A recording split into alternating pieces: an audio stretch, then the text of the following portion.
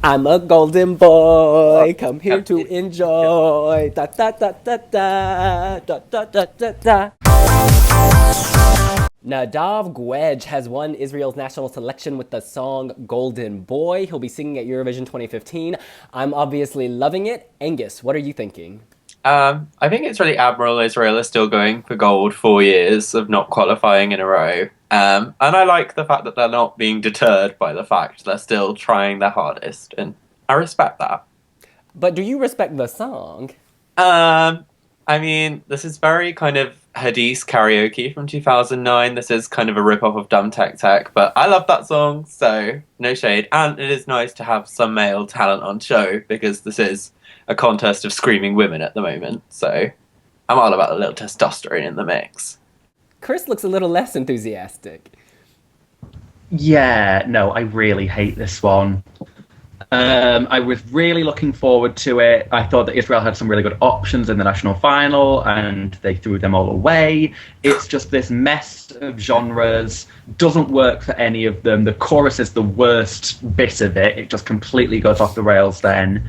And it just really bothers me. I know we're talking about Israel haven't qualified for 4 years. There's a chance they will qualify this year, and it is the least deserving of all of them as far as I'm concerned. So just no. It's like all the worst noughties male Eurovision songs mashed into one. Terrible. Cannot stand it. Patrick.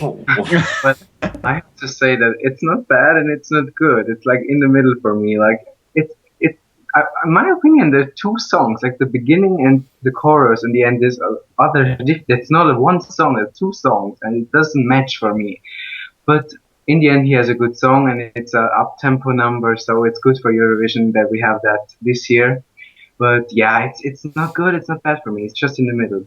Y'all, he is putting the star in Star of David. I am loving this. Yes, it's a song in three parts, perhaps. The first, like, establishes him as, like, this heartbroken male. The second is his revival. And the third is his emancipation. This song is about freedom. It's about love. It's about life. I cannot stop singing this when it comes on. I want to move. I want to dance. Perhaps it's not as sophisticated as previous entries from Israel, but it's a lot of fun. It's catchy. It's memorable. And in my mind, that makes it one of my favorites of all time from Israel. Loving it. I just think like it's a bit of a disappointment because the opening note is so like Boaz from 2008, like that big like ha, like that big sorry note, and then you think it's going to be this big sweeping like fire in your eyes style emotive, like kind of the best songs Israel do are Hebrew and emotive and towering, and then they sort of go for the cheap kind of upbeat option, which like still works. I just find it a bit of a disappointment, especially when they've had such like May was such a good like quality entry last year, and this is a bit cheesy. But you know, I like cheese. I'm not a vegan. I'm all for dairy. So I just think we're talking about, oh, it's good that it's up tempo. Fair enough, it's up tempo, but we should not have to settle for this, as far as I'm concerned. I think the ending is really cheap when he says, "Yeah, 3 minutes, guys. That's the cheapest part, and I really hate that part. Like it doesn't match to the song. But yeah, it's danceable. It's okay, and I think the crowd in Vienna will love it." Y'all, it's not cheese. It's being self-aware. It's being able to reflect on yourself. He knows that he's doing slightly cheesy, party, maybe a little kitschy, but he embraces it. And I embrace him. I just think this is one of the feel-good anthems of the year. That woman did him wrong, but now he's doing it right, okay? So, let's go around and give a score out of 10 with a justification. I give a 5.5 because it is good that it's upbeat and it's a nice different flavor. And like, I love Dumb Tech Tech, so anything that kind of tries to channel its inner hoodies, I'm totally in favor of.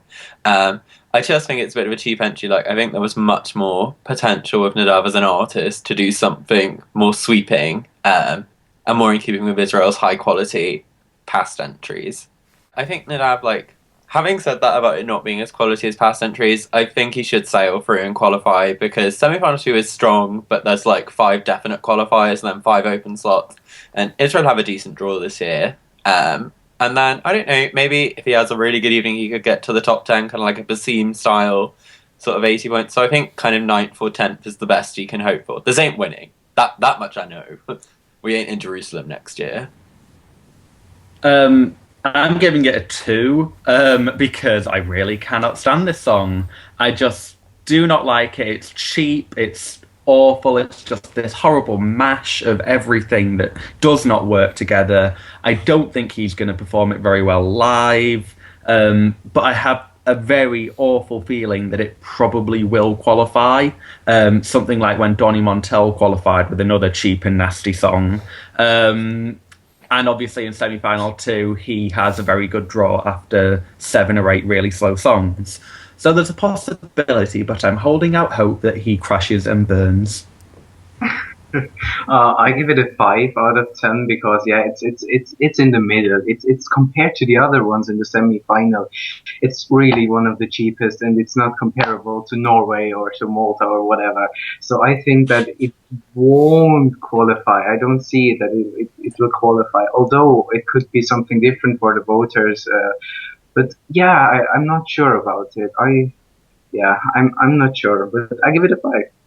I think the three of y'all are crazy. This is my jam. I am loving Israel. I think that last year Poland's, somewhat of a joke entry did very well with televoters. I think Israel has a similar appeal, but is way better. It will sail through the semifinal. It will go to the final. And I'm thinking this is top 10, y'all. I'm thinking the casual Eurovision voter who watches Eurovision to make fun of it will love this, will eat it up. We've got to remember that they are voting too. And then also Eurovision purists like me. This is old school joke, but not a joke, and I love it. So, oops, our 3 minutes is up. We got to go. Oh, damn. I forgot to give it a score. Oh, you did this last night. I know, right? I'm going to give this a 9 out of 10. This is my Israeli jam. What?